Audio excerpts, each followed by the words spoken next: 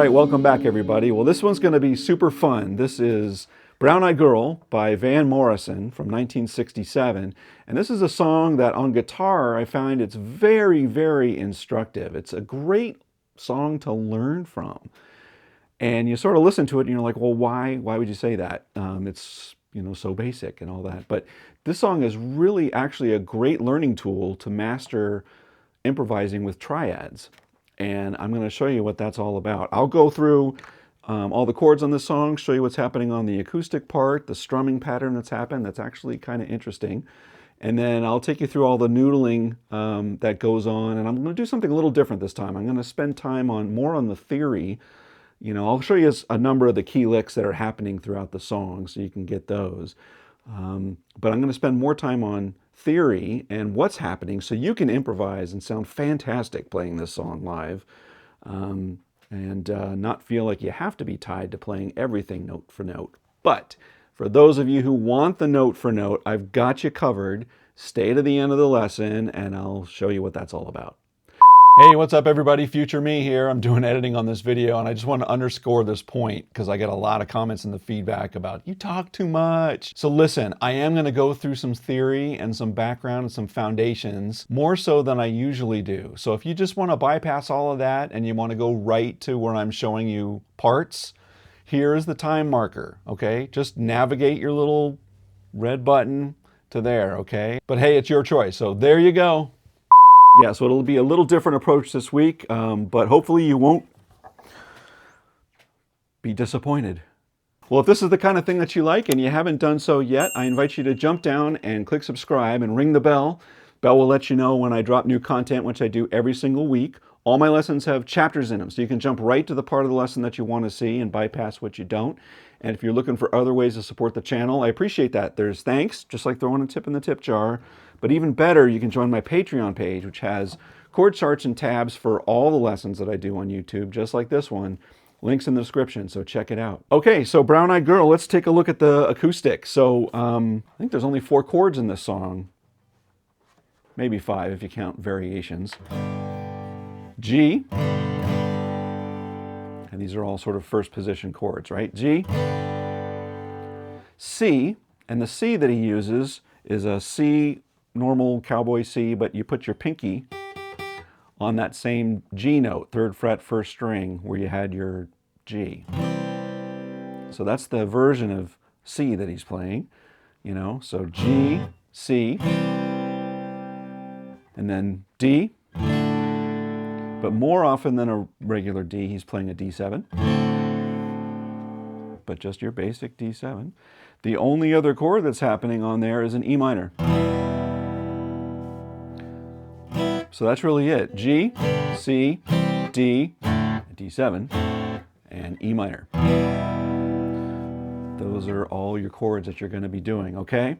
So, the most interesting thing about this that I learned for the first time listening to this super closely and listening to the isolated tracks on this is the acoustic. While the chords are very simple, basic, I never knew the strum pattern that he's doing. And it's almost 100% consistent throughout. There's a little bit of change.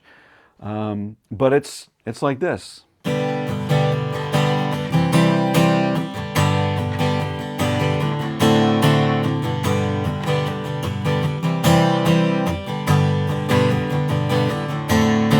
Right? Dun, dun, dun, bum, bum. Those 2 big hits. It's very, very plain, and sort of the drum beat is pretty straight. It's got some interesting kick patterns, but maybe y'all felt that before. I sort of didn't. So when I was playing this live, if I was on acoustic, I would play it straight.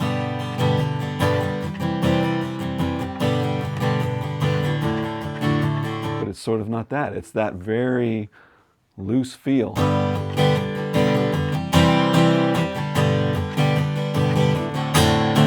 Yeah, so that's that. That's the verse formation. When it goes into the chorus, the pre-chorus,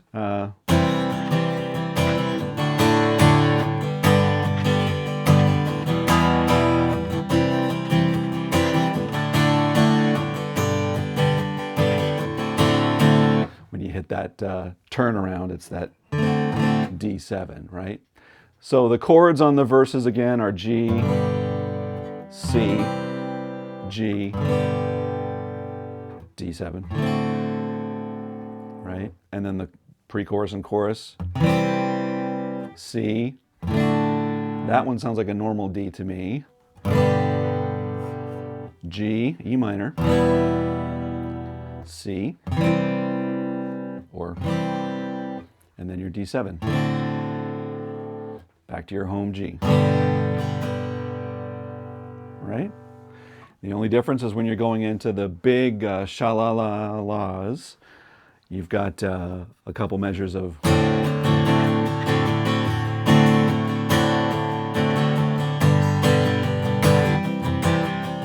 on the sha-la-las, it's more straight. He doesn't do the very pronounced. You feel it a little bit, but it's just not as pronounced. So it's something like,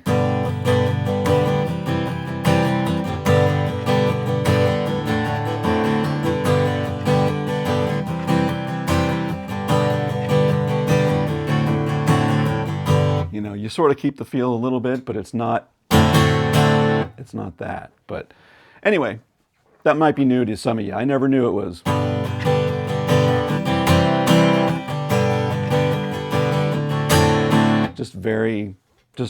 And it makes sense. It just totally nails that calypso feel, right? And it just makes your body want to move.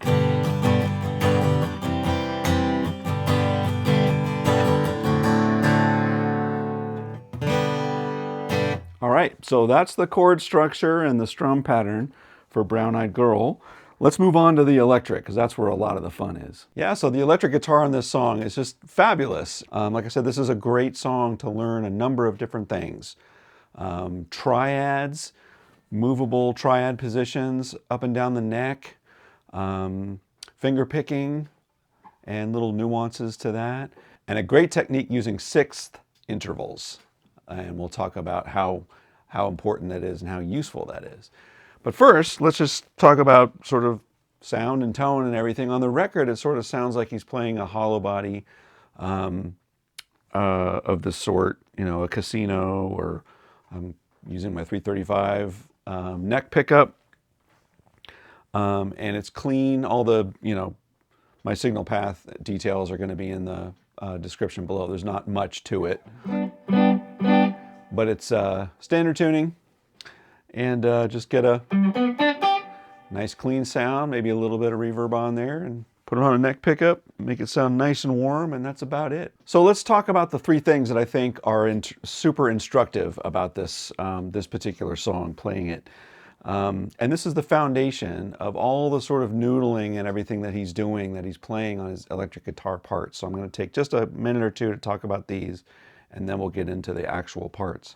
So the first thing is the triads. So the triad, as I know you know, is just the three notes that sort of define a chord, right? You have the root note. I'm in G here, so the root note's a G. Then you have the major third, and then you have the fifth. Those three notes in any pitch, any chord, defines what that chord is. It's either major or minor, you know. And then, of course, you have all the extensions like sevenths and ninths and all those kinds of things. But the heart of the chord, you need a root, a third, and a fifth. Okay? So the triad of a G, let's say we're in G, and that right there was one of the triads of a G. If you think of this G bar chord, well, there's another triad. If you just move everything down one string, that's also a triad. The order of those notes are just changing in order. Now the third is on the bottom. Fifth, root, right? Here's root, third, fifth. Here's fifth, root, third, right? So those are sets of triads for G. Open, that's a triad for G. Up here, the D shape, that's your next position. Those are triads. Up here on this position, right? And then we're back up to our octave again. So Those are all triads for G. C, same idea. Here's our normal C chord. There's your C. There's another C. There's another C.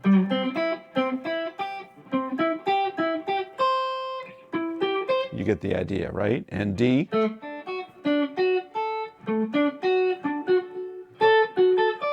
Right? All he's doing with all of this noodling is just playing any one of those. Like if you're in G,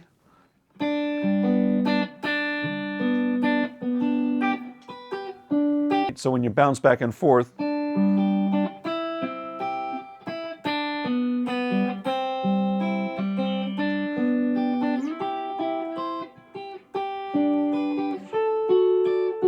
right? It's just those exercises in moving those triad intervals around will guide you all around the neck, and it'll put you in positions where you can just play the next triad for the next chord that's closest to wherever your hand is.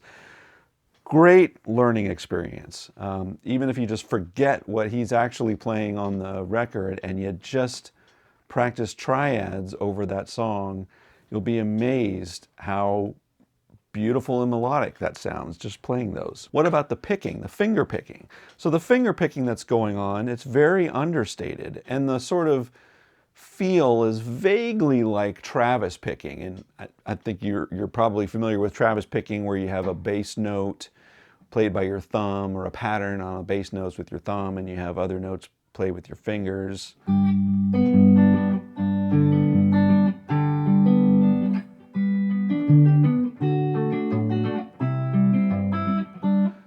It's vaguely sort of that feel, rhythm, but you're actually not playing all of those, and it's not even that complex at all, right? You know, if you were to play it that regimented, then it sounds like, you know, Octopus's Garden.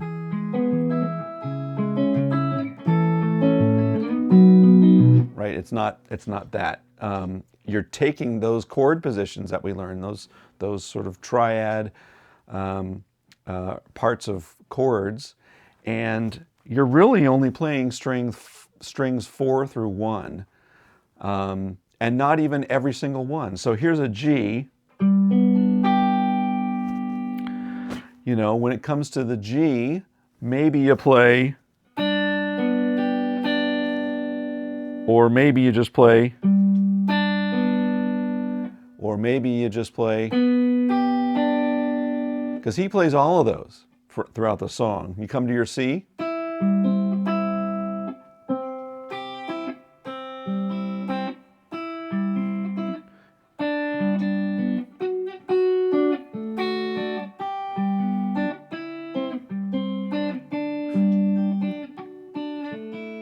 know, you just pick your chord position, and you're just sort of playing only between strings 4 and 1 on those. So that's the finger picking sort of style. And you can either pick with your fingers, like I was doing that sort of finger picking with the claw, but you could do this whole thing with a pick.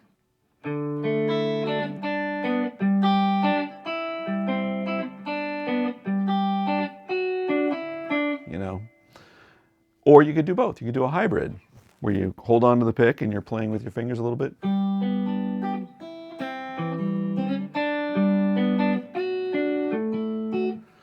What did he do on the record? I think it's all of the above, perhaps. But all great things to practice, you know, and mix them up if you want. Finally, the great part of this that's instructive is these sixth intervals, okay? The sixth interval, you've heard it a million times in a million different songs, okay? We're still in the key of G. And what I'm talking about are these little runs that sound like this.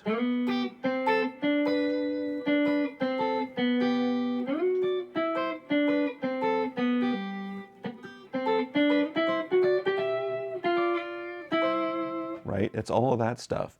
So the sixth just means that the notes are 6 notes apart in the scale. 1, 2, 3, 4, 5, 6. Right? And why they change, sometimes you'll notice it's this shape. Sometimes you'll notice it's this shape. They're on the same fret.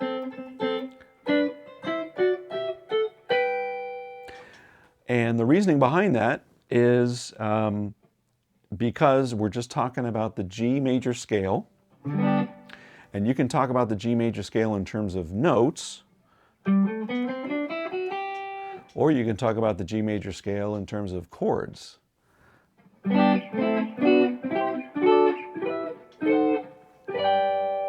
Okay? And the way that always works, just for a major scale, if your one chord is a major 1, the 2 chord is always minor, 2 being the second note of the scale. Your 3rd is minor, your 4th is major, 5th is major, 6th is minor, 7th is diminished, and it's an F sharp diminished. You can play that there, there, but let's just go here, and then back to 1.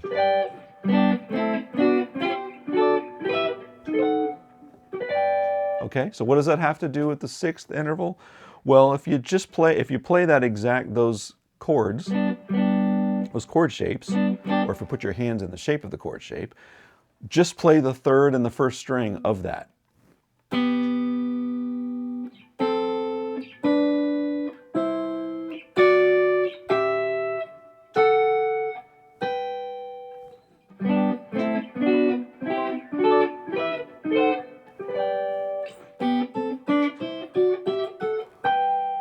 Okay, so that's all that's happening. The reason why those licks work all throughout this song is because it's 100% in the key of, the song is in the key of G, and he's just playing those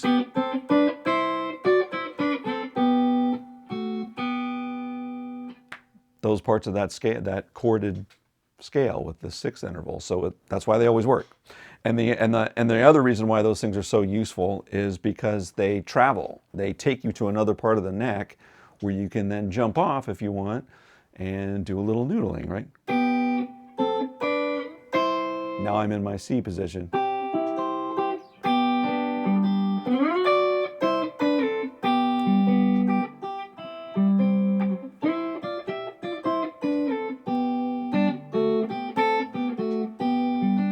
You could do that. You could do the entire song with those.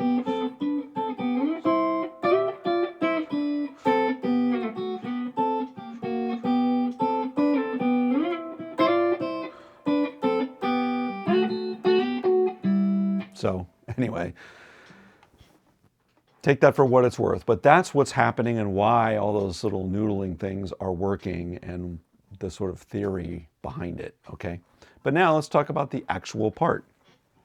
One last thing before I actually get to the actual part is the version that we all hear on the record, I believe, is take 7 when they're in the studio and they're recording it. It's the 7th take that they, I think, get on the down on tape for the record that they keep.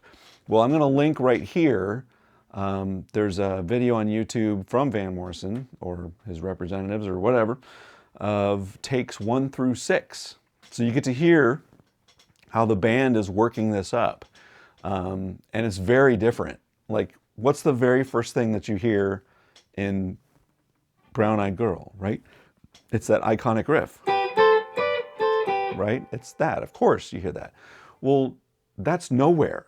Like, that is nowhere on the front of the song on takes 1 through 6. Where that sort of shows up is later in the song. It's like they have a guitar solo section sort of at the later part where it kind of shows up.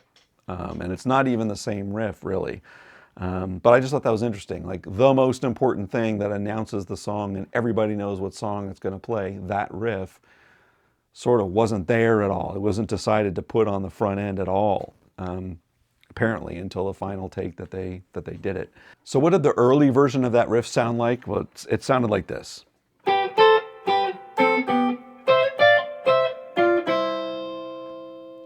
Is that interesting? Whether he played it there or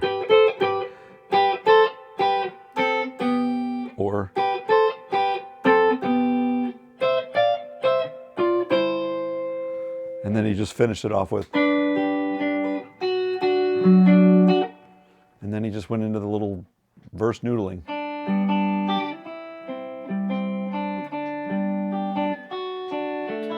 It was very tame sounding, and then the vocals would come in. Anyway, I thought that was interesting. So let's get to the riff, okay? So that iconic intro riff. Well, most people play it this way, and I always played it this way. I'm going to show you what seems to be consensus, but I'm going to show you another way that will actually might be easier for you too, because it's a lot less traveling up and down the neck. Anyway, so here's version 1 of that.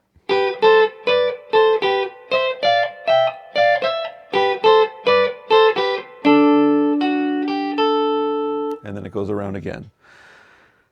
Version 2, which might be easier because you notice you went from this, and then you got to jump up here accurately, and then jump back down.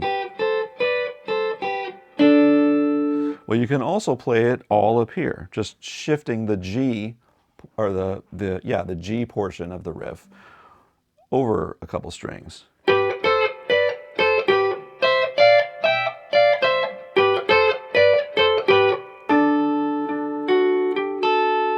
See how that's a little different?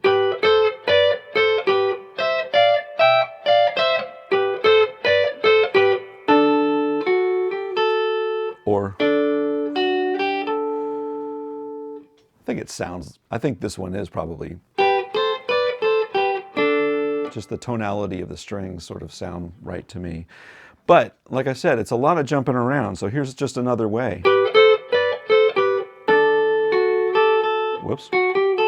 So, there you go. There's a couple options for you. Okay, so let's go through verse 1. I'll take you through this pretty close, note for note, on all of this. And I think what you're going to find is, although we talked about in terms of theory a few minutes ago, you're going to hear all of that light up as I take you through this, or you're going to recognize what's happening, like when there's, you know, different triad positions, the finger picking that's going on, the sixth intervals. You're going to see all of that just during the first verse alone of the noodling. And yeah, so let's take a look at that. I'll take it from the second half of the intro.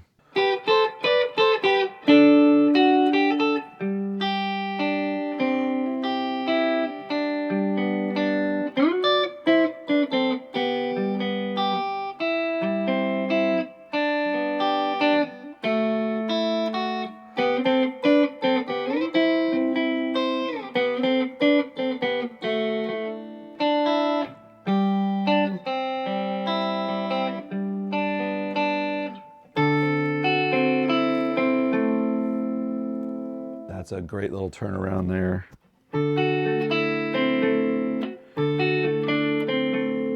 I think that's it. Get that little note in there. Anyway, I think you saw all the things that we talked about, right? The sort of movable positions. We had a C here, but we also had a C here. And I know you saw these. Anyway, so by the way, all of these are tabbed out 100% note for note, the entire song for my Patreon members. So all of those will be broken down for you if you want to get that note for note. That's one way that you can do that. Then it goes around again, you know, and this is not totally note for note, but, you know, in the style of... He gets a little more busy on this. Oh, and he got this like... That's a cool one. So you got your D7. Think of the D7 like this. So just a piece of that. Anyway.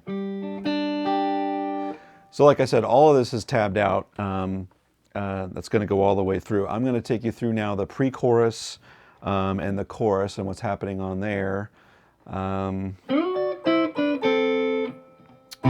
So the pre-chorus is a C to D, G to E minor.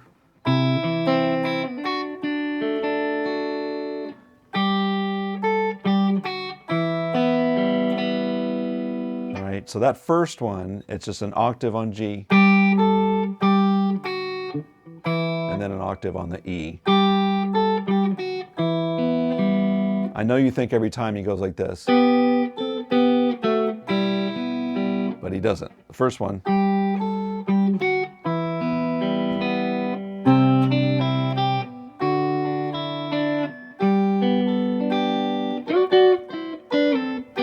And then he goes around again. Second time, after all of that, you go through that same sort of pre-chorus, chorus. This time he does it. Those are sixths again, just like we did. And this is then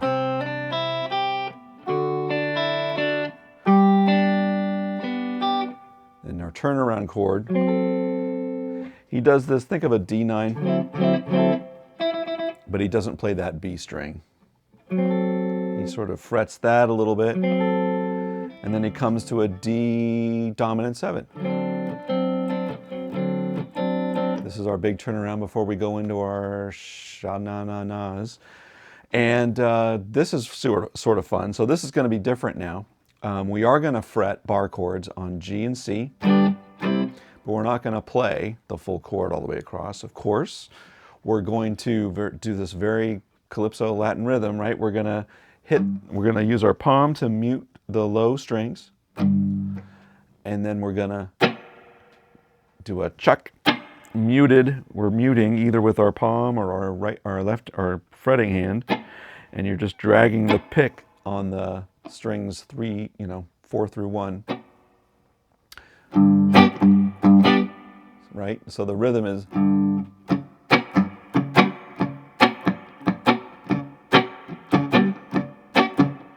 like that kind of rhythm. So you're muting, but you hit it kind of hard to your C, back to G, and you sort of noodle the dominant 7. Again.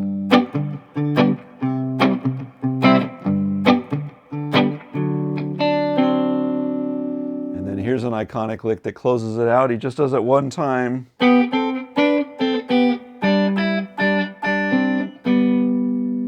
then it goes to the breakdown. So again, it's those sixths, right? And then we're going to pick the 4th string and the 2nd string. We're fretting a G chord. And we're going to put our pinky up here on 5th on the B string. So the melody that's going on. But you just keep that 4th string going.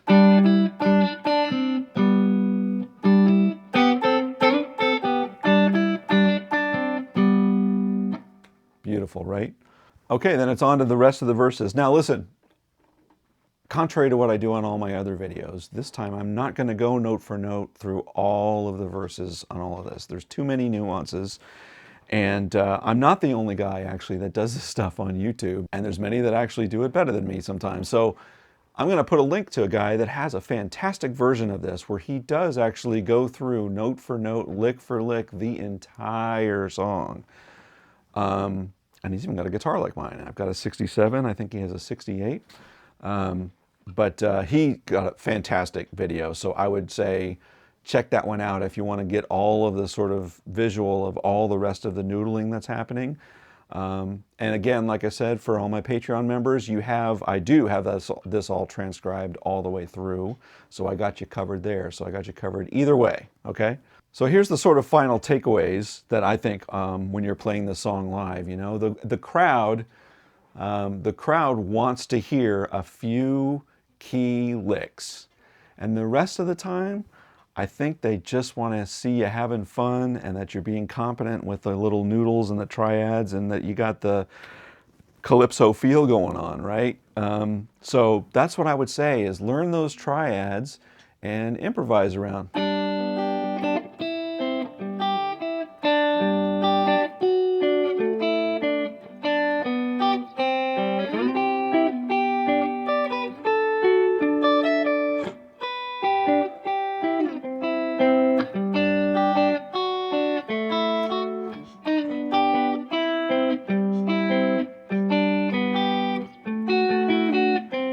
Right? Just get comfortable with that.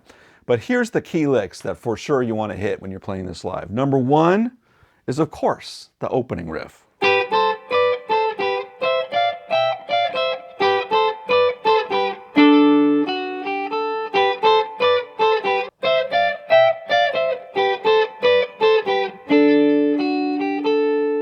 Right? So that's riff number one. Number two, use those intervals.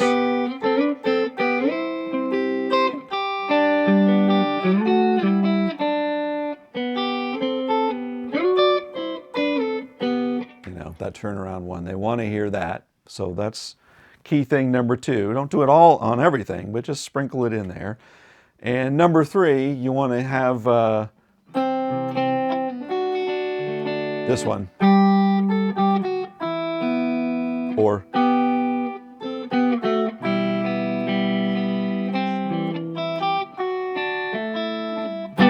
so do those three things and then sprinkle in the rest of your own improvisation, and you'll nail it and it'll sound great. Or to put it another way, you won't be and they won't be disappointed. That was Brown Eyed Girl by Van Morrison, and I hope you learned something new today. So if this is the kind of thing that you like and you haven't done so already, please click subscribe. It helps me out. And please ring the bell, because that lets you know when I drop new content. I do that every single week. Let me know in the comments what you thought about this, and if there's another lesson you want me to take on and do something similar, let me know what that is too. But until next week, take care, everybody.